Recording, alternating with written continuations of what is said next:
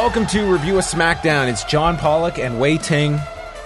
I won't speak for Wai, but a much refreshed John Pollock. I slept a significant amount the last 2 days, Wai. Mm-hmm. Yeah, definitely. SmackDown. The SmackDown after Mania, which definitely had some noteworthy elements to it. I would say if you took out one debut, I don't know if this was a crowd that was a giant leap above a typical SmackDown crowd. I mean, it was lively at times, but this was a fraction of the crowd Monday. Yep. Which I mean, you said it and I agreed with, was not your ultimate Raw after Mania crowd. I mean, this Tuesday was the hangover. I think these people had seen a lot of wrestling. Yeah. I actually said that it would be. You said that it would be? I said it would be similar to Monday, and I was wrong. Yeah, it wasn't. Yeah, it wasn't at all. I felt like, I think it was a combination of the fact that we are a couple days removed, the fact that we're 5 days into this entire weekend of shows that put on by the WWE as well. There simply wasn't the star power on this particular show that you had on Raw. So I think all those things contributed. I think John Cena not being on this show kind of hurt it. I mean, you didn't get... Oh, big time. Two of the big stars coming out of WrestleMania were John Cena and The Undertaker. And I think there was the thought that maybe he would show up on Raw and then on SmackDown. I think everyone assumed you'd at least get a Cena send-off. But it looks like we're not going to see him, nor Nikki, for the time being. Nikki posted a thing that this is not goodbye, but she's definitely taking a hiatus. And it looks like Cena is going to be filming this movie for like 2 months. Yeah. So probably no Cena for a while. But you can catch Nikki on Total Divas, which is starting back up tomorrow or tonight. Wednesday night, it is back. Yes. In Canada, I think they're on the Tuesday schedule again. So we'll get this week's episode on 6 days later. 6 days later, unfortunately. The question is, will you be watching next Tuesday? I'll be watching. I mean, but it's an intermittent schedule, I like to binge watch from time to time. So, yeah, we'll see. No pressure on you. But, yeah. It's my favorite. My favorite reviews are your Total Divas We'll chat about it. This is Total Divas. Yes, not Total Bellas. Gotcha. Yeah. All right. Well, the show started off at the Amway Center with a SmackDown-specific WrestleMania highlight package culminating with, I use that sarcastically, with Randy Orton's title win. But I like the fact that this was a brand-specific highlight package. Raw didn't exist in this video package. Yeah, made sense. Tom Phillips calls tonight the culmination of a thrilling WrestleMania season. And JBL gave the identical speech that we got Monday, that it is fans expressing their freedom of speech. They cheer those that they usually boo and boo those they usually cheer. And it's all about passion. Like, they had the exact verbiage that the Raw team had as well to get, like, your disclaimer at the beginning of the show. It just sounded like if you ever wanted to paint these guys as robots, this was the example to juxtapose. Well, if there's any doubt that this was a memorized script, I mean, the fact that JBL stumbled a number of times reading it, well, I think would tell you that. Yes. Something hilarious about a guy stumbling over a memorized speech about freedom of speech. That's pretty interesting right there. Randy Orton came out and said his line about if you can't beat them, join them, and when the time is right, screw them. But that also includes that you beat their ass at WrestleMania. And he says he is Bray Wyatt's master. He's not going to forget his name. And then Bray appeared on the screen stating that Orton is the master of nothing. He is the Aziz Ansari of SmackDown. He says the era of Wyatt has just begun. His rematch is coming and he wants a different type of match that, quote, not just one that pushes your body, but pushes your mind too. And I just was shaking my head at what this is going to be. He says he will change the way Orton views the world. He will make Orton scream, and then one of them will be sentenced to eternal damnation in the first, and I will boldly predict last, House of Horrors match. House of Horrors. So that's next to the Chamber of Horrors. Right? No, this is not to be confused with the Chamber of Horrors, which may be viewed as a classic. So maybe the psychology was to put such a stinker of a match on WrestleMania that people can't help but compare the two, that the House of Horrors will be an upgrade, which, given some of the twists and turns this story has taken, not a match I'm looking forward to, nor the fact that the next SmackDown pay-per-view is not till the middle of May. So this is going to be a prolonged build, as I can't see this as a SmackDown match. Yeah, I am curious to know what the gimmick is.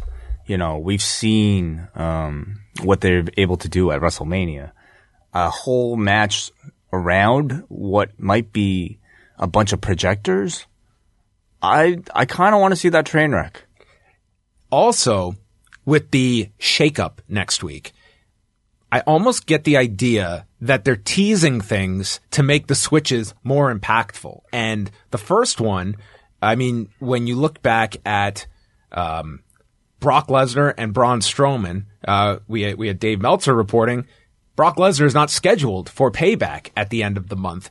And you've got Kevin Owens and Chris Jericho that they announced for Payback, and now you're teasing this for a SmackDown program. Do you see any of these programs somewhat being dangled, and then it's a swerve for people next week where some of these performers are going to get moved to other shows and you don't get payoffs here? I don't see why they would do that. Simply for a swerve for a draft show. I think that you'll get the matches either way, even if you did have somebody move. So Orton doesn't know what this is, but he accepts the match. The lights go out and Bray shows up in the ring. They start fighting. Orton hits him with a power slam, and then Eric Rowan appears, pulling Orton to the floor with a new lamb mask with tubes going into the side. Yeah, like a half gas mask, half lamb mask. This was frightening.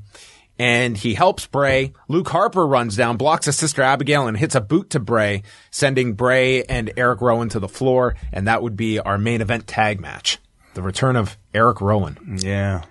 Felt like a rather typical opening segment for a SmackDown. And again, the crowd didn't really feel like it was all that special, especially compared to Monday. You know, and I wonder if it was like John Cena opening up the show. Obviously, I feel like that reaction would have been different. Even an AJ opening up the show maybe would have been different, but maybe not. Renee Young was backstage with The Miz and Maurice, and Miz calls Cena's proposal good marketing. Maurice says that they should be thanked by Nikki because they backed Cena into such a corner that he had to propose, which was true. And they are going to call both of them out tonight, and says it is the last time you will see Cena and Nikki on SmackDown for a very long time. There really is a lot of truth in those words, you know. You're being criticized for putting your relationship out there, and to have a wedding proposal, you know, be part of a pay-per-view product. I don't know. It just falls right into the criticism, doesn't it? They kind of, yeah, like backed up, like so much of this was the Cena. Well, I mean, Cena stated, listen, I go do movies just like everybody else. But here we are coming off of WrestleMania and goodbye. He's gone. Yeah. Naomi and Alexa Bliss for the SmackDown women's title. They went through a break early. Bliss ran her into the turnbuckle and then attacked the left leg of Naomi and worked on it throughout the match. Bliss did this version of the GTS where she sent Naomi off her shoulders, and then Naomi stood up and then took a high kick. I think it's the other way around. It's Naomi's move. Sorry, Naomi did this. Yeah. I was clearly still fried taking my notes here because this actually made more sense than at the end here. Naomi then caught her with the rear view as she came back. Bliss kicked out, and then Bliss stopped a split-legged moonsault, yanking her off the turnbuckle. And then Bliss tries for a cover, grabbing the ropes. Naomi rotates her over into her new submission, which very much resembles an Anaconda Vice. So I thought it almost looked more like an inverted Rings of Saturn. A little bit, yeah. It looks like this wacky submission that I don't know if you were to actually apply it in a jiu-jitsu setting way, if this would really work or not. That's every wrestling move, though. Have you tried the figure four? Dude, the figure four hurts. You clearly have never had a figure four applied. I don't know how easy it is to apply. I'm not saying application. I'm saying effect. I've had the move put on me, yes. All right. Did Elliot ever try it on you? No. Okay. Yeah. Naomi won here. Yeah, I didn't think the match was all that special. I mean, I still feel like it was, it's probably the biggest weakness of the SmackDown women. The fact that, I think their characters are very good, but in ring, not necessarily the quality that you might expect on, between, for the four horsewomen on SmackDown. So I think mixing them up, with that shake up next week, bringing in a girl like a Charlotte into this roster could definitely be beneficial overall. I can personally see them trading Charlotte for Alexa, because I think both have been MVPs of their divisions over the past year, and I think Alexa is ready for that Monday Night Raw spotlight in order to get her to the next level. I think Charlotte would be a big help for SmackDown. Yeah, and outside of this little blurb they put up on WWE.com, which listed like deals can be made, I wouldn't put anything as gospel, because I can almost guarantee the fact that this format of the superstar shakeup is probably going to go through many different versions. I don't think Shane had a clue what it entailed when he talked about it on Talking Smack. Mm-hmm. But I kind of like the idea, like watching that draft in 2009, like that format to me, not my favorite. Like the randomness of the randomness, exactly. Okay. I kind of like the idea that trades can be made, deals, you can actually benefit by having your commissioner roles, your general managers justify the moves. Mm. And I think it gives you a lot of interesting story elements and something different, something new. Yeah. And there's a reason why a major star goes over, and you're not just going to see stupid picks that are just of no consequence. And I hope that they're somewhat limited. I wouldn't want to see wholesale changes. Yeah. Yeah. You have a crafted identity per brand. You don't want to change those things too much. Just a big element here and there, I think will already do a whole lot. Kurt Hawkins was inside the ring and says that the superstar shakeup makes him sick, and people should be talking about him, and he makes an open challenge, and he's going to give them until the count of 10. And of course, Tye Dillinger came out as Hawkins went to start at 10. Nitpick, but I feel how you could have built this a little by Hawkins starting at the count of 1. Yeah. And then it culminates with his theme as he says 10. Instead, he just said 10 and the theme played, and you didn't let the audience sink in that it's clear who's coming out and building that 10 seconds of anticipation. Yeah, I thought that would have been maybe better too. Yeah, this wasn't a perfect 10 entrance then. But he came out, got a very strong reaction from this crowd. And the crowd is chanting 10 for every strike that Dillinger delivers, did the 10 punches on the turnbuckle, and hit the tiebreaker for the win at 1:56.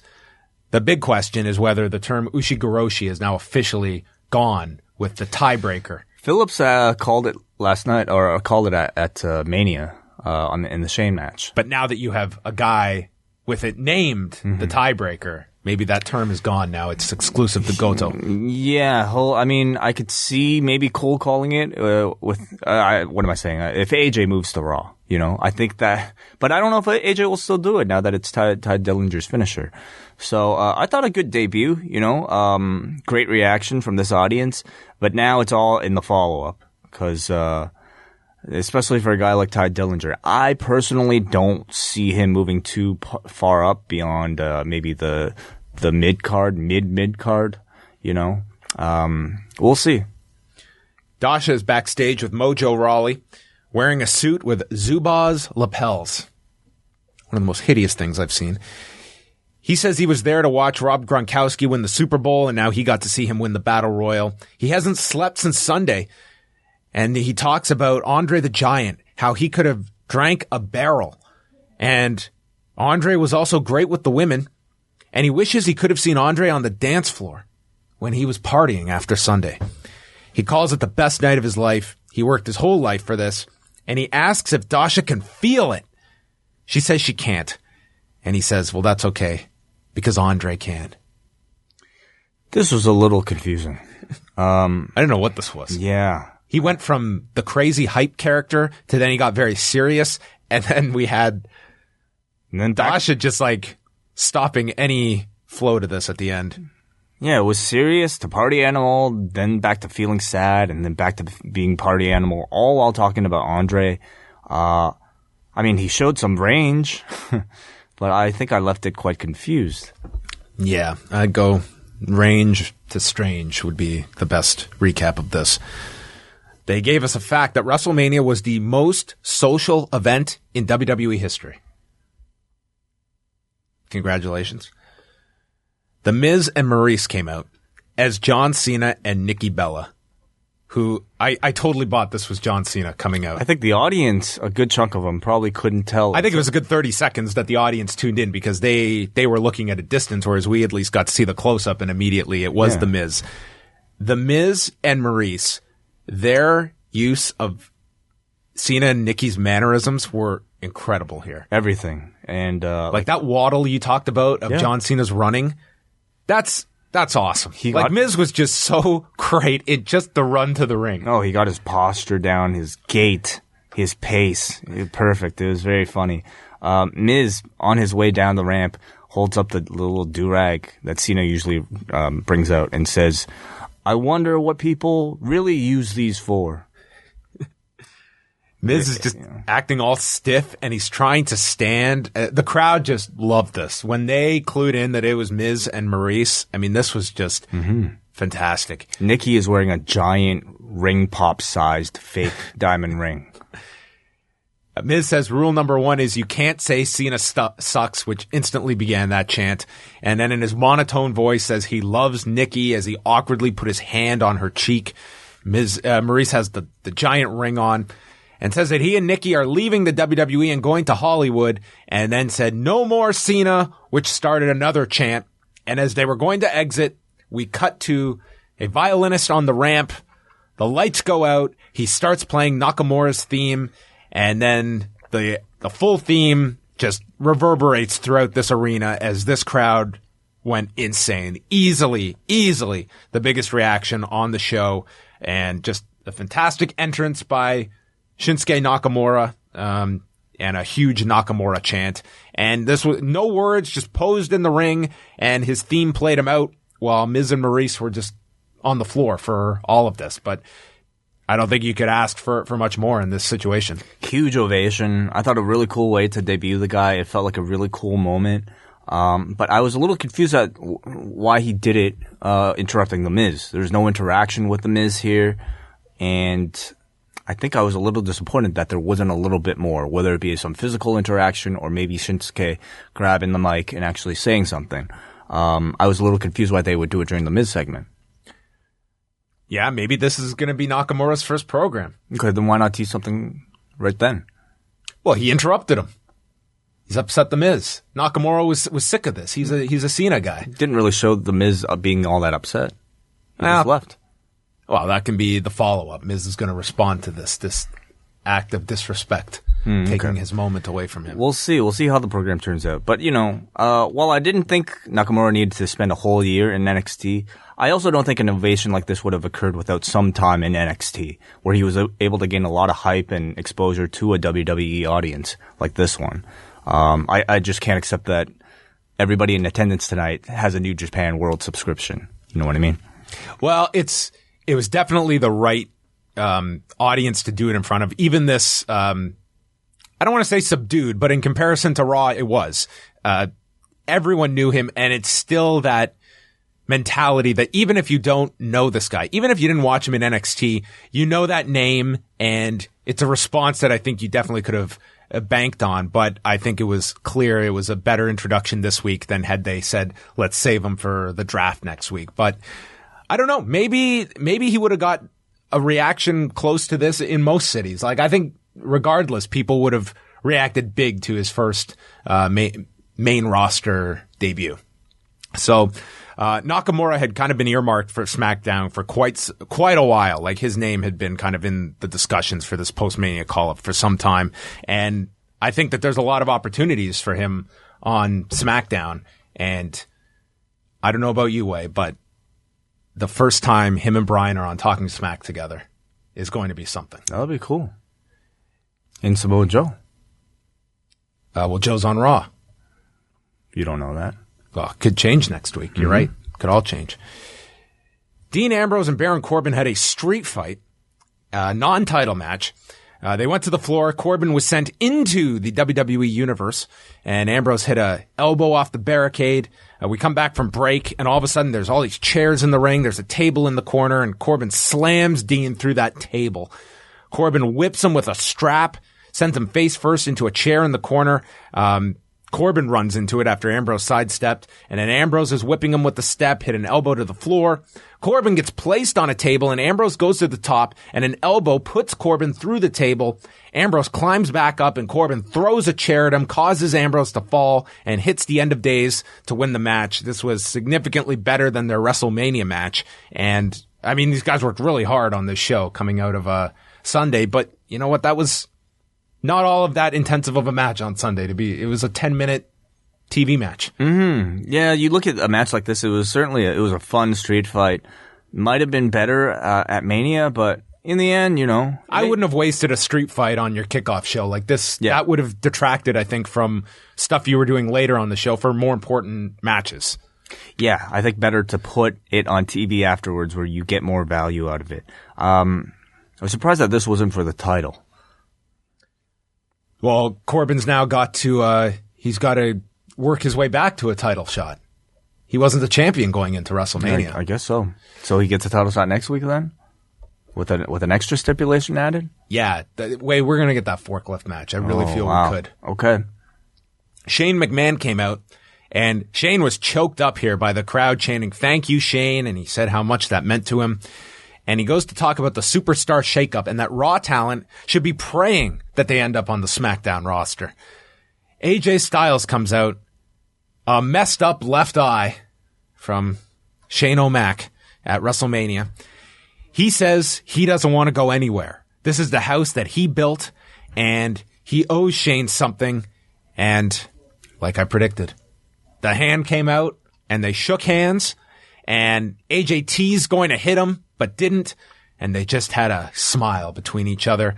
As Tom Phillips said, warriors respect warriors. And this was the AJ turn.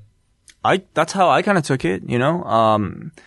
I thought AJ was great here. He didn't say much and just showed off his respect. And to me, as much of a babyface turn as you could do without completely changing the character, I feel like that little psych out at the end from AJ was great to show that he hasn't completely lost his edge. Like, he's transitioning to a babyface, but he's still a bit of a jerk and an asshole. And I've been really impressed with how great AJ has sounded on the mic in this run. When he started after the Rumble last year, I feel like they were almost a little nervous about having him speak on the microphone. It felt like it was maybe 1 or 2 weeks before he actually got a chance to speak on TV. But now I think he's one of the best on SmackDown. So I also took this as a very possible goodbye for him on SmackDown. I did too. I felt this was one of the, this felt like this wrapped up the Shane angle. This wrapped up his heel run, and I could see him definitely going to Raw as one of the major shakeups. The question will be, I mean, at this moment, we're talking about the babyface situation on SmackDown. That coming out of this, you have AJ and you have Nakamura. And then it's a bit of a drop after that. I mean, to me, Randy Orton is not clicking to me as a top babyface. You can build this show around that. I could definitely see AJ going, and then some other top babyface on Raw ends up on SmackDown at the end of all of this. Austin Aries did a 205 Live promo saying that you won't be seeing double, or he won't be seeing double. He'll be seeing triple tonight in a fatal 4-way. But at the end, there will only be one number one contender, and it will be him. So these 205 Live promos did the unthinkable and made Austin Aries sound like the most generic guy possible. Like, this sounded like something you would see as like the promo that you would get in the WCW Thunder game on PlayStation, where they all had their little sound bit. Pick me. Yeah. I don't like these at all. They're awful. I feel like a video package would do much better to try to drive interest into 205 Live. I'm not a fan of having these guys just come out there and do this. Main event was Randy Orton and Luke Harper against Bray Wyatt and Eric Rowan. After the break, Harper hit a suicide dive, sending Rowan over the announcer's desk. They got the advantage on Harper with a senton and then a Rowan splash. Rowan is attacking Harper, even lands a drop kick, and then eventually Harper tags Orton. Crowd picks up at this point. Bray stops a draping DDT attempt. to Rowan, but then Orton hits Bray with one, sets up for the RKO when the lights go out, and when they come back on, Bray is now in the aisle. Rowan comes up from behind, but Harper stops him with a super kick, and Orton hits the RKO for the win in 11:51 as Bray's magic trick definitely backfired here. He kind of looked like these two, like it looked really silly. When you left your partner and then they beat him with a 2-on-1 advantage. When Bray Wyatt teleported from the ring to the entrance ramp, did he tag Eric Rowan as well? Great question. Was Eric Rowan the legal man even? Yeah, maybe this will be a disputed finish. I don't know. Well, I feel like I'm kind of done with this shit. It's been really almost a little too gimmicky and kind of confusing. And I feel like if the Mania match was better, if they had a better payoff in the conclusion of that match, I think it would have driven a bit more life into it. But if you're telling me we're going to get another several weeks of this Randy Orton, Bray Wyatt feud leading up to a House of Horrors match, I don't think that's strong enough to lead SmackDown's title program. No, I really feel this program has really come to a screeching halt over these last couple of days. And you certainly saw the hints of that. I mean, the last few weeks and the angles, I mean, to me, we were just throwing stuff at the wall, and I don't feel any of it is sticking. And I mean, it's a little thing, not to say this guy was a major difference maker, but boy, did Eric Rowan just feel like right back in place in record time. No, his first day back, he took the pinfall for Bray Wyatt. And he's back in the lackey role, which, I mean, maybe these two are separated as well, because I don't like this alliance of just Bray and Rowan at this point. Well, I think Luke Harper definitely needs to separate from the pack. Then again, you know, I thought that he would feud with Bray following WrestleMania. But I think one of the three, Rowan, Harper, or Wyatt, need to be separated. So that was SmackDown. Pretty lackluster tag match to end this show, I felt. And the show as a whole, I mean, it was the call-ups that were the highlight. Yeah. Aside from the debuts, I kind of found it an underwhelming post-WrestleMania edition of SmackDown, especially with kind of heightened expectations coming into it for the very first post-WrestleMania live SmackDown. I thought the Nakamura debut was cool, the Dillinger debut was cool, the AJ segment was cool, but I thought it was really lacking in star power, and Cena not being there hurt it. The crowd, I'll say, you know, I thought they were definitely a great crowd, you know, on par with any like kind of major urban center or even like a London crowd. Yeah, this was hardly fans sitting on their hands or anything like that. But compared to the Monday night, they were not as lively. And what was this was designed to be? This was designed to be an extension of, this was 2 hours more of the Raw crowd, and that's what they built this around and wanted it to be. We had a disclaimer at the start of the show. We had a hashtag way. Yeah. SmackDown Live after WrestleMania. That was the hashtag? I believe so. Okay. Maybe 5 days in a row is just a little too much for most, you know? Yeah, and this is going to be what they want for all the big four, is not to the level of WrestleMania, which also has the Hall of Fame, but having TakeOver, pay-per-view, Raw, SmackDown in that home city, which they'll do again at SummerSlam. And they'll sell out. Like, and that's the thing. I mean, we can talk about reactions and whether you like the show or not. The fact is, they packed the building, and that's the ultimate. That's the metric you judge this upon, and not necessarily crowd heat and those kind of things that are going to differ by person to person. Talking Smack featured Renee Young and, unfortunately, Shane McMahon. This was. I don't want to be the negative Shane guy all the time. Guy performed really well at WrestleMania. I think we were very positive about the match. I think we were too. Yeah. He was terrible on this show. Like, he was just ums and uhs and just... Yeah. Compared to Daniel Bryan, I don't think Shane's really a good fit. You know, I think Shane and Renee, rather than... Okay, Shane and Bryan kind of have the chemistry of two actually very good friends. Shane and Renee have the chemistry of a young employee with her older boss. And it's kind of that uncomfortable, you know, you're in a room, you're an intern, you're sitting in a room with like your manager. What do you talk about? He's much older than you. You don't want to say anything that'll offend him. It's kind of uncomfortable to watch. They talk about Nakamura's debut, and Renee went out to the arena for it. and they discuss the match that Styles had and the handshake, and they're showing the replay of the handshake, and Renee is asking Shane questions, and he's just silent. He's ignoring her to watch this.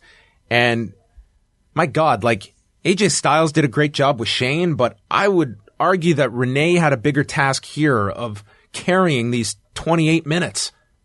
This was a one-person show running this. Renee was, some of her best work was on this show, trying to get something out of this guy who was giving her so little, and at this point, giving her nothing, like ignoring her questions. Yeah. You know how awkward that would be if I asked you something and you just sat there staring at your phone? It's unreal. It's unbelievable, this handshake. Like, Renee just had to carry this silence, this awkward silence. And then Naomi comes on first, and we got a breakdown of her entrance, which the only thing Shane contributed was the fact that this ramp was 80 yards long. That's crazy. That's nuts. Almost a football field. Damn. So Renee is asking Naomi about this move she did, where she was like on all fours, shaking her ass, and apparently Jimmy Uso did not care for this particular part of her entrance, and Naomi casually mentioned that it got some heat with her husband. And then Naomi said that she would like to face Charlotte. She's the champ, which she is not. But did she say that? She said I thought she said she was the best. I'm pretty sure she said she's the champ. Okay. Someone correct us. Shane then asks about her vertical. Has your vertical ever been tested? And she was like, no, it hasn't. I guess I'll get on that. Like, thank you, Shane. Like, what the hell? This was such an uncomfortable show from the perspective of Shane McMahon. I didn't think this was all that bad. You know, the worst is when Renee has to fill time with Shane going through all this. When there's somebody there, at least they have something to focus on. And I liked how Naomi, when she got on, she said, you know, a year ago, she didn't see herself in this position. She didn't see herself having the confidence she has right now. And when you kind of step back and really think about it, that it really is incredible. Cause like a year ago, I didn't think Naomi was, I mean, she certainly obviously always had potential, but I just kind of, her promo was weak. She was in Team Bad, and it wasn't really working out. But, you know, a year later, she gets this great WrestleMania moment. So, I think she's progressed really well. And in these interviews, I think she comes across really well. She's able to speak just kind of really from the heart for a lot of instances. And so I think she's a natural babyface. Shane and Renee then talked about next week's shakeup, and Shane says the big question is who's going to get the first pick, which I think it's a 50-50 shot. We'll even have picks on Monday. But he said that he wants Brock Lesnar and Roman Reigns. Yeah. He wants a future big main event. Mm-hmm. Tye Dillinger was on next. He said he's been waiting 15 years for this and complimented Shane on his match, said that this topped his Royal Rumble appearance. They all do a 10 sign together. It was a fine segment just for Dillinger to come on and showed a bit of personality. I like seeing these guys watch their own debuts. I would assume this was his first time rewatching, you know, the debut that just took place an hour ago. So it's kind of cool to see their reactions. They discussed the Ambrose Corbin street fight and talent stepping up after WrestleMania. And then the Usos come on and they get on Shane for why they didn't get a tag title match at WrestleMania. Says we should have been the fourth team in the ladder match. And Shane just says, well, the card was full, which clearly it was not if the Hardys got inserted. And they cut a promo on any Raw tag teams coming over. And Shane says that if both teams stay here, we'll have the Usos and American Alpha next week on SmackDown. And Jey Uso laughs at this. It's like, again? Yeah. How many times do we have to beat these guys? Again, like they call out the Bullet Club. They mentioned the Bullet Club. So somebody get them the memo. Shane also loved the Miz impression. This was the most personality we got out of Shane. He mimics the part where Miz goes to put his hand on Maurice on her cheek. And this was the most Shane got into anything on this show for me. Yeah. It's not so much, I think it's like, the thing is, like, Shane being on this show is congruent with the Shane McMahon character since his debut. He's not a guy with a loud personality anymore. He's the authoritative commissioner or general manager, or whatever you call it. So it's not like he's not kind of, big and bubbly like Daniel Bryan has been. He's supposed to play your boss. And in that context, I think he does a fine job. I just wouldn't put him on this show. I prefer JBL on this show than Shane McMahon. Yeah, I just think he's a poor fit. I just don't think he fits the role, and you're completely justified in comparing him to who he's replacing in Daniel Bryan, has set the tone for this show. And this is just awkward to watch these two work off one another, because I think you get so little out of one in comparison to the other. It's not good television. It's a little tough for the personalities that are being interviewed to play off of Shane too, because like they would play off of Bryan. Bryan just does such a great job of like trying to justify the storylines into a realistic manner, trying to question the storylines, trying to answer the questions from the talent about the storylines.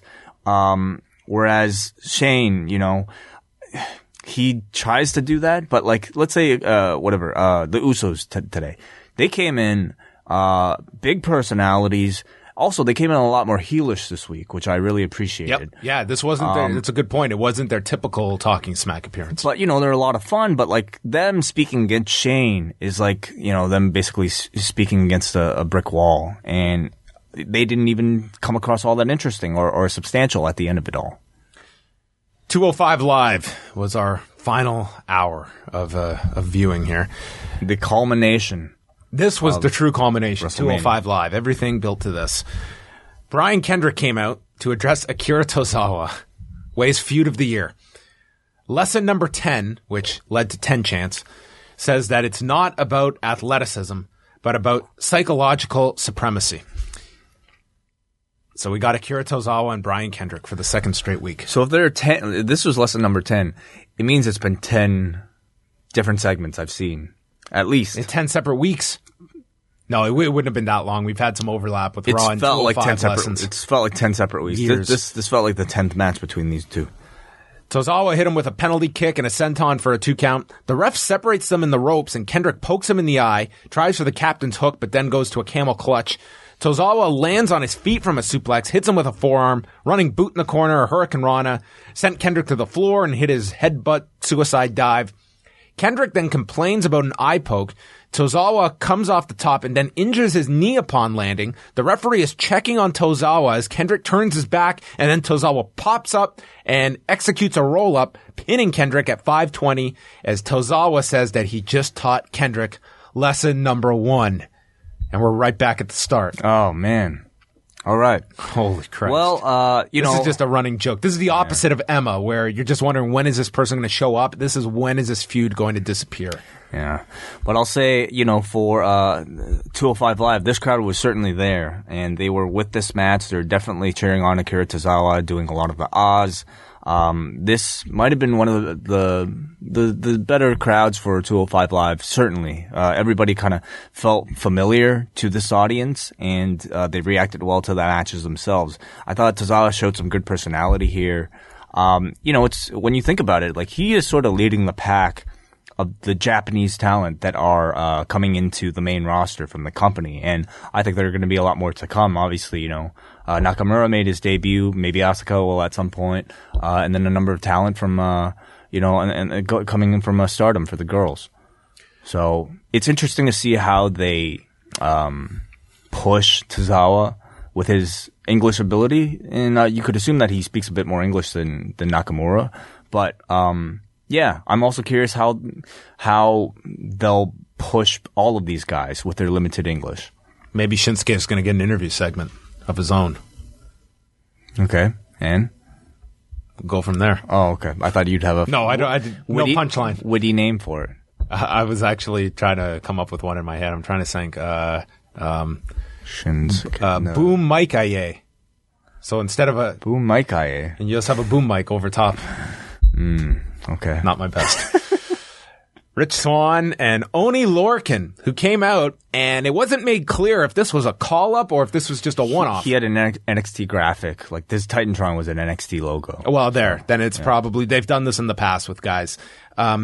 Immediately, he hits Swann with this running uppercut and then kills him with this clothesline, and actually got a chant going here. Lorcan applied a body scissors. Swan got out, landed a kick, climbed to the top, and got crotched by Lorcan. There was a running Alabama slam to Swan in the corner. Swan then came back with clotheslines, runs up the back of Lorcan, and hits him with a back kick to the face. Swan then leaped, hit his Hurricane Run off the turnbuckle, and finished with a Phoenix Splash for the win. I didn't think the crowd was necessarily super hot for this, but I really enjoyed this match, and I thought Oney Lorcan looked really great. Oney Lorcan came out here and was performing like this was his WrestleMania. Like, I mean, and it very well could have been the biggest match of his career up until this point in terms of exposure. And then again, it's only 205 Live, but at the same time, I mean, you know, the guy knows the audience that he's wrestling in front of, and I think he came out here with the intent to really impress, and the guy was just like really fast, really aggressive from the get-go, and I think overall it made for a great match. So, he did enough to get a chant out of this. Yeah, I've always been a big fan of Biff Busick, Oney Lorcan, and I thought he was a really, really strong performer here. Again, and for someone that, I mean, the audience is probably at least familiar with the name, but I mean, he's coming in semi-cold in comparison to the other performers on this show. If he had any chance of being recognized, it would be in front of this crowd. Swan then got on the microphone and says Noam Dar has been taking credit for all the gifts to Alicia Fox, but says it was him that sent those gifts. Wow. What a reveal. Shocker. It was me, Austin. It was me all along. What an awful storyline. At least we have candidates for worst 205 Live storyline.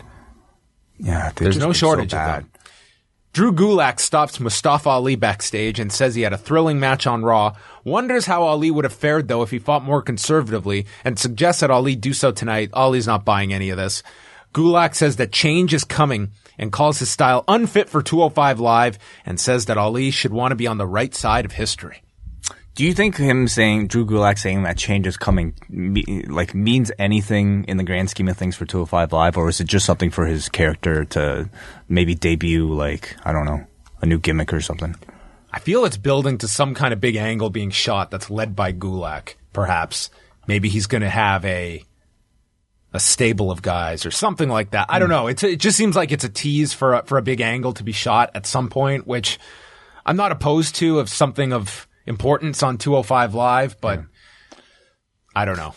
You certainly are skeptical about anything on the show. The thing is, with 205 Live, I don't fault them for attempting long builds with their storylines, but man, are they telegraphed and are they uninteresting? You know, they spent weeks with this Brian Kendrick Akira Tozawa lesson thing with no end in sight. And I don't think there will be an end that will be justifiably, entertaining compared to what we've had to live through. This Alicia Fox, Noam Dar, Rich Swann thing has been weeks in the making as well. Yeah, these are all long-term, by WWE standards, long-term ideas. And I can't see it's just not good. It doesn't matter how long they are. So, we'll see. Prove me wrong. Then they mentioned, or brought on stage, members from the UK tournament. They introduced Trent Seven, Mark Andrews, Wolfgang, and Pete Dunne. And then getting his own entrance was your UK champion, Tyler Bate, who came out with the title. Is that his music? His WWE music? I believe it's the same theme he used. I thought it was I thought Slick was coming out. Well, he was, he looked cool. He had his big glasses and mustache. He looked like he hadn't slept all weekend, but was in this shirt and suspenders, and the mustache was all bushy. And this kid does not look 19. I would say he does, at least in terms of height. And Tom Phillips mentioned that there will be a future UK show coming to the WWE Network soon. A weekly UK show. Yes. Who's reviewing that one? Maybe our friends. That's Martin, that's Ollie, British. And Benno. That's their drill. All the way. Yeah. Neville comes out and says that the win over Aries was a crowning moment in his storied career, and still people want to belittle his legacy. He says he gouged the eye of Aries and did it because he deserved it, and gives 3 cheers for himself. Thanks all the fans for never believing in him because it lit a fire in his belly, and calls Aries a clown. Thanks the roster here on 205 Live for their persistent, futile attempts, which has only bolstered his reputation. Tonight, the circus continues, and he's going to sit ringside to watch the Fatal 4-Way, or as he will call it, 4 more lambs for the slaughter. Good closing line. Yeah, I like Neville's delivery. Now I feel like he just needs to get out of feeling a little too scripted. You know what I mean? Everything he says, I think it's scripted well, but it just comes across a little too memorized and rehearsed. So I would like to see him be able to ad-lib and play with the crowd a little bit more. Do you know he's doing his like normal interviews now in this character? Normal interviews as in like... With like media interviews he was doing last week. Shows like this? Yeah. He would do the same voice? Yeah, he's like the king of the cruiserweights and talking like he's not deviating it as himself. Which, cool. That's your prerogative. Yeah. Final match, the Fatal 4-Way. Jack Gallagher, TJ Perkins, Mustafa Ali, and Austin Aries all shook hands before the bell rang.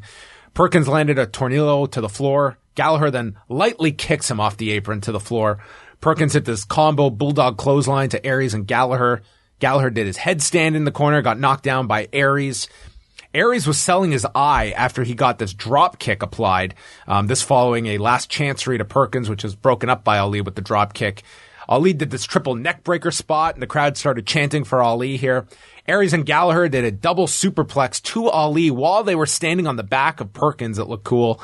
Crowd really reacted to Gallagher getting the umbrella out. I mean, people will laugh at this spot, but it does get a reaction, and did the senton to all three on the floor. Gallagher then stopped the discus 5-arm with a headbutt and then collapsed on top of Aries for a cover, but then Perkins pulled Aries to the floor, breaking that up. Gallagher and Perkins were trading uppercuts. Perkins hit the detonation kick.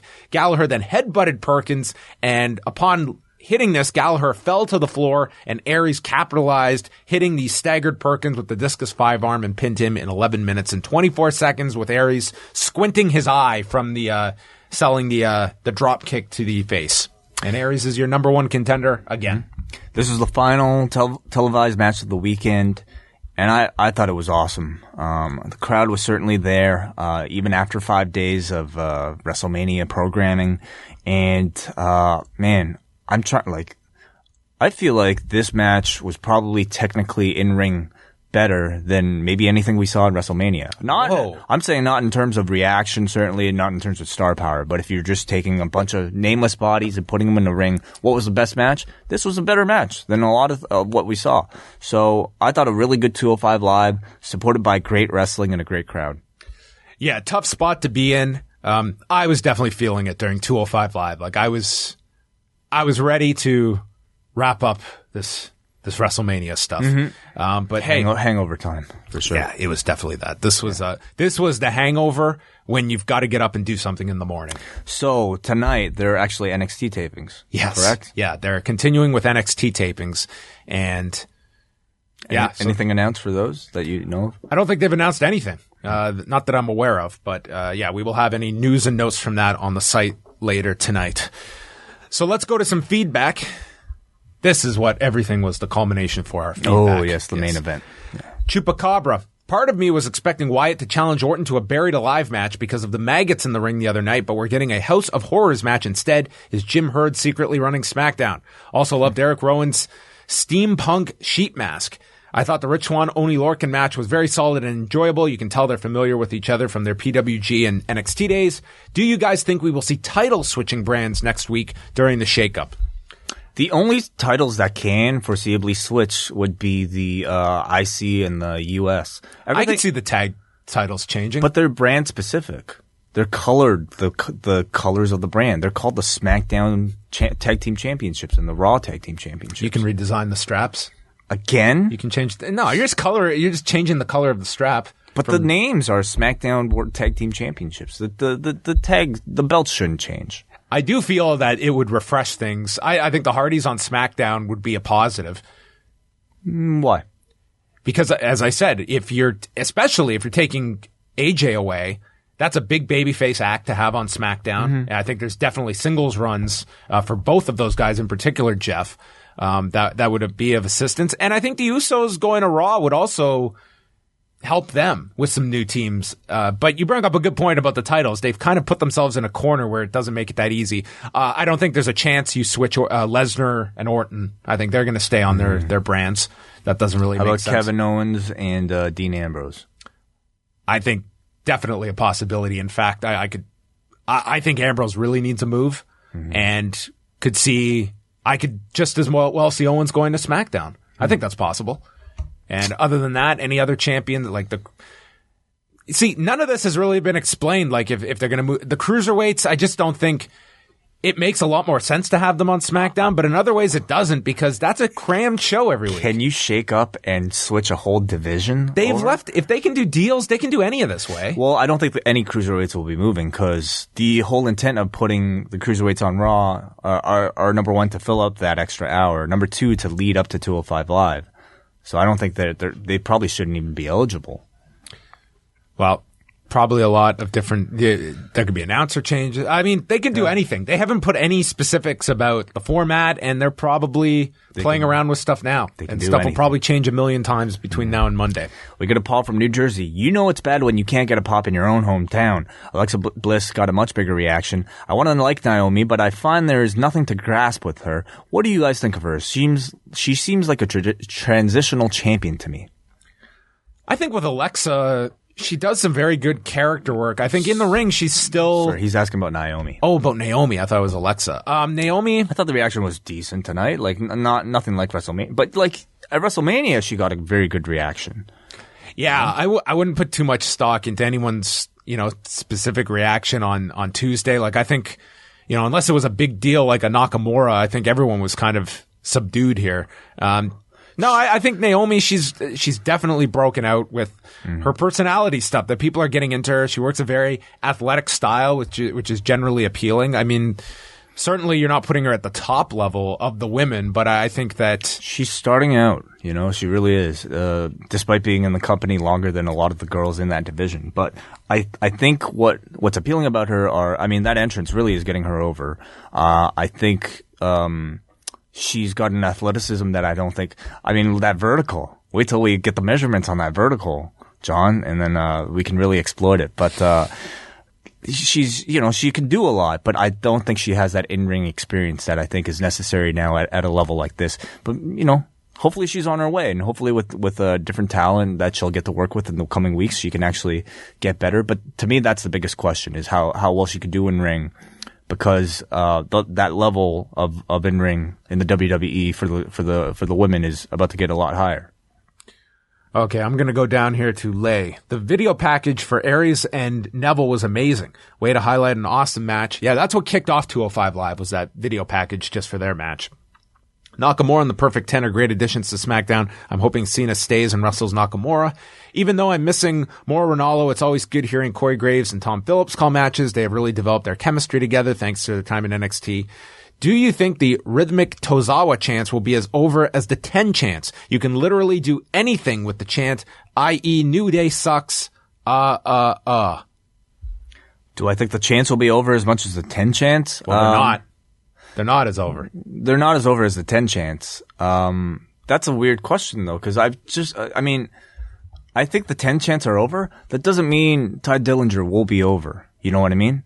Like, he'll only be over as his push, and I don't know. But it gives him a strong entrance. Yes. Like we talk about Naomi coming out, and people didn't think they were as into that. Like, Ty has something where, much like Bobby Roode, where the entrance already puts you, it starts you off the best way possible for a match, and hopefully that momentum carries into the body of a match. Yeah. The chants, I don't know. I don't know. It's an interesting one. He's been on TV for a while now. Yeah. It's not as though they've, they're audible during his matches, but they're not. I feel like there's a real ceiling for a cruiserweight in the WWE, as 205 Live cruiserweight. As far as how over they can really get. They'll never close out an episode of Raw. They'll never close out a SmackDown. It's kind of just, we'll see. Anyway. We go to Jesse from the 6, who says Tye Dillinger and Shinsuke Nakamura equals a great show. Miz seems like an odd opponent, though, style-wise. I hope Nakamura doesn't kill him. Why would Randy agree to be in a match for which he doesn't even know the rules? What an idiot. During the broadcast, Tom Phillips said that over 2 million people watch WrestleMania on the network. Do you know if that number is legit? If so, impressive. I think Tom was just taking that number from the conference call where they said they had nearly 2 million people subscribe, but that also includes the free subscribers as well. And it's also assuming everybody subscribed watched WrestleMania. Yeah, which I don't think would be the case. But I mean, if you're going to promote a kayfabe number, this is not even really a kayfabe number necessarily, or not to the extent of some of their other kayfabe numbers. Oh yeah, WWE would never do that. But I'm saying like, he wanted to sneak in that 2 million out there. That's the number. I think that's where he took the number. It was just from the subscriber number they put out on Monday. Amin from Toronto. After that, just the entrance alone and the thunderous chants made Nakamura the biggest star on SmackDown. After that segment and shaking hands with Shane, Styles is pretty much a babyface. Styles said that he wants to be on SmackDown, but I'm guessing Styles faces Shane at WrestleMania was just a storyline in place to send Styles to Raw next week. Well, could definitely see him moving. Yep, definitely could be. We got a Sean from Perth who says, I'm happy with the debuts of Dillinger and Nakamura. The opening segment from Randy and Bray was another snooze fest from these two, and compared with the Reigns opening segment from Raw, this hardly feels like a main event program. My only high point in all of this is Luke Harper. He has the potential to be a top star if given the chance. AJ and Shane had a good segment. Good to see that AJ is pure babyface again. I struggle to see an opponent for him on SmackDown currently. I reckon it will come in the shakeup. I think with Luke Harper, he very well may be able to, but he's not there now. And I think that this character it's good for him, but he also has to evolve out of it.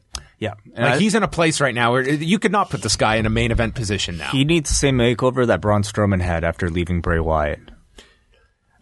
Jeremy writes in, AJ and Shane finding common ground feels like a face turn. I actually hope he stays on SmackDown. Nakamura's finally on the main roster, well overdue. Do you guys know if Kyle O'Reilly is coming to the WWE? And, well, Kyle O'Reilly is certainly one that I think people would expect there.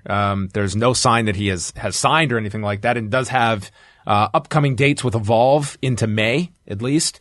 He's also doing some indie dates. He's teaming with Bobby Fish. That was just announced this week on one show coming up.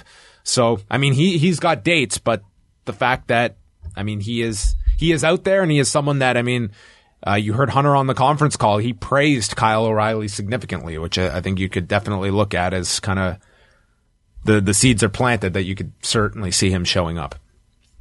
Okay, we go up next to Michael from Orange County, who says, with all the call-ups that happened this week, do you see any other potential call-ups during the shake-up next week? Also, what's the story with Shelton Benjamin? Last I heard, he was injured, but haven't heard anything since. Shelton's cleared and signed? I believe could return. He had signed a deal when he came back. So, I mean, it's up to them if the guy's 41 now. I could definitely see him showing up. I could see him showing up too, but I also don't see him really advancing too far beyond on the card. You know, I see him playing a similar role to Rhino and the Dudleys. You do have the option of Kurt Angle signing him to Raw because you have that past relationship between the two.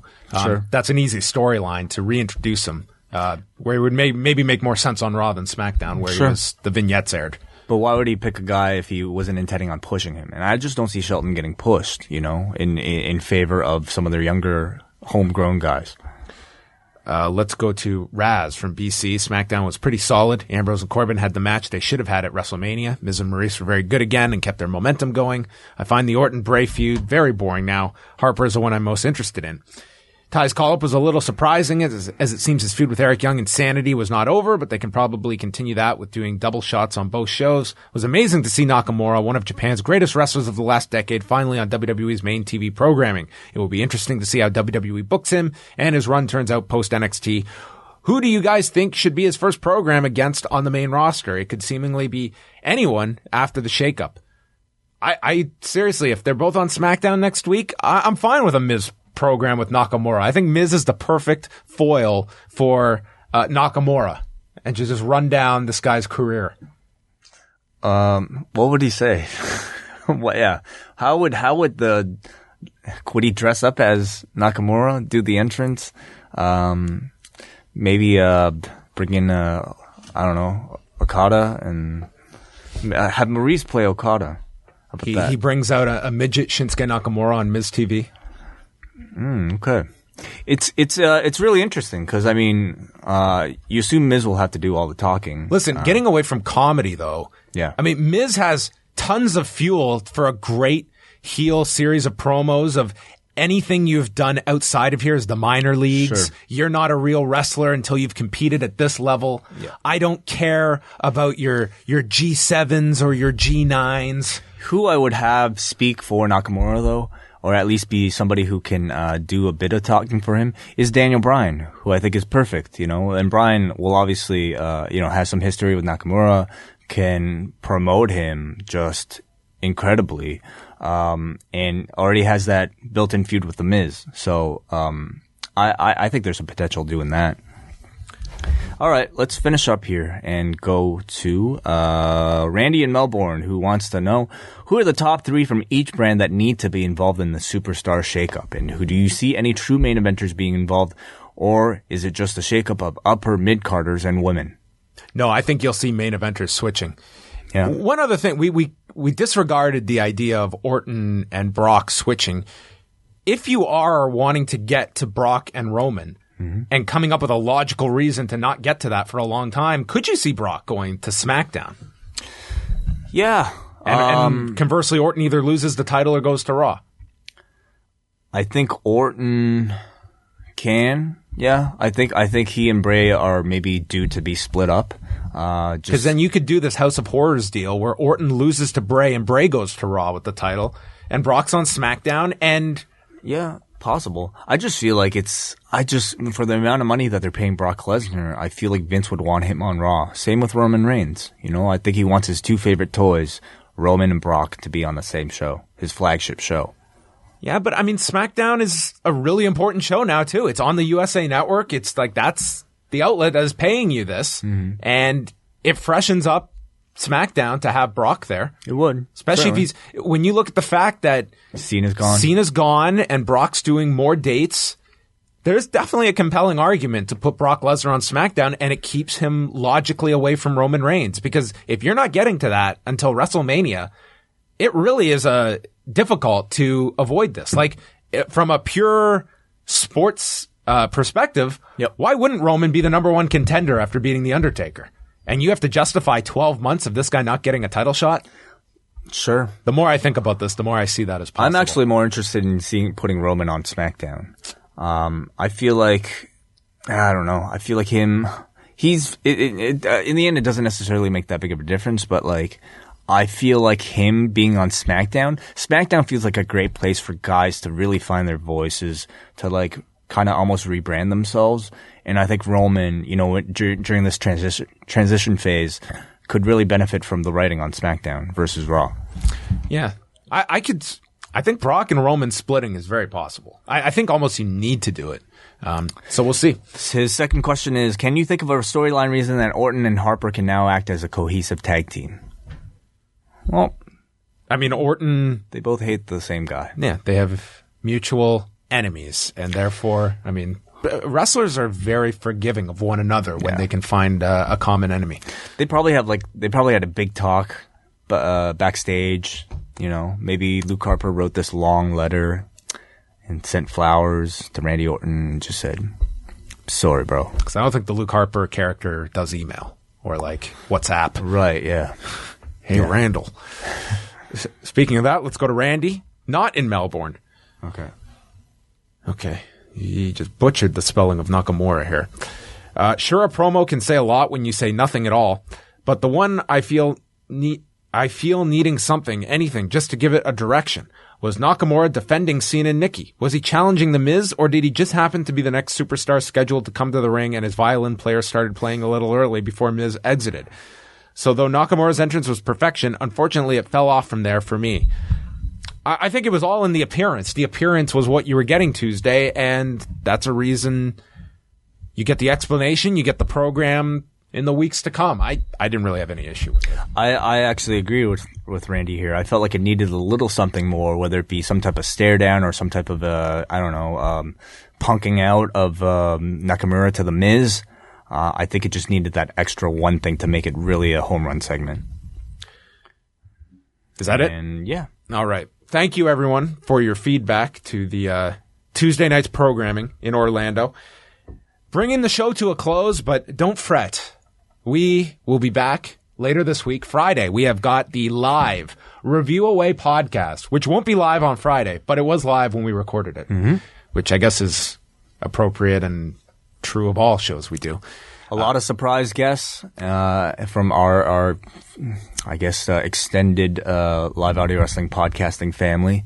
And some of which, much like when talent gets drafted to other shows, didn't even know they were going to be on the show until they found out. Not at like all. Everybody else. Not at all. So, and a ton of questions we fielded from the people who attended. So, we're not focusing on any specific shows. You don't have to do homework this week. No more wrestling to watch. Just enjoy it either in audio or video form up at youtube.com/live audio wrestling. Yes, it's the perfect end to your WrestleMania week. Just lay back in a couch, pop open a beer, do whatever you need to do, and just listen to the live, soothing tones of Wai Ting and John Pollock surrounded by people. It was anything but soothing leading up to it because boy, did I have some technical issues trying to get that thing going. We'll present the podcast on Friday, and then maybe next week on Review-A-Raw, we'll take you behind the scenes of the podcast, the making of. By the way, we do have to decide what we're going to review 2 weeks after this Friday, so maybe we'll announce that. Oh wait, no, you're doing. You're gone, right? Yes, I am gone. Never mind. Okay, well, we'll talk about all this afterwards. I can announce it now. It's like 3 weeks away. Okay, we'll keep it a secret then. But yeah, that's going to wrap it up. Thursday on the site. Today's Wednesday, right? Yep. Tomorrow is Thursday, I believe. Mm-hmm. So we will have the MMA report with Daniel Cormier and Anthony Johnson, the headliners of UFC 210, which Wai and I will be covering this Saturday night in Buffalo. And then we also have What's Next, which will be a very newsworthy show, I feel, because this is an NXT where it wasn't taped weeks in advance. It's pretty much, it is live to tape on Wednesday night. They're taping a bunch of weeks from Full Sail. And we've got the next TakeOver special was also announced earlier this week. It's going to be May 20th in Chicago, the night before the Backlash pay-per-view. And it's going to be at the Allstate Arena. Cool. So that's going to be the next TakeOver special, 7 weeks away. So Jason Agnew and Braden Herrington are coming at you Thursday. Friday's the live podcast. And finally, Sunday night, The Law, 11 p.m. Eastern time. Jason Agnew, Dan Lavransky will be running through a wild week in pro wrestling. Lots of calls, probably discussing the shakeup coming on Monday. And we'll also have Donovan Dijak on the show, who I got to speak with at Evolve. I will also be joining the show to chat about the UFC 210 card, and Dave Meltzer will be on the show. So that is happening Sunday night, and thank you to everybody for listening to our shows over the past week. We got a ton of traffic to the site, and we hope everyone enjoyed all of our various shows as we say goodbye.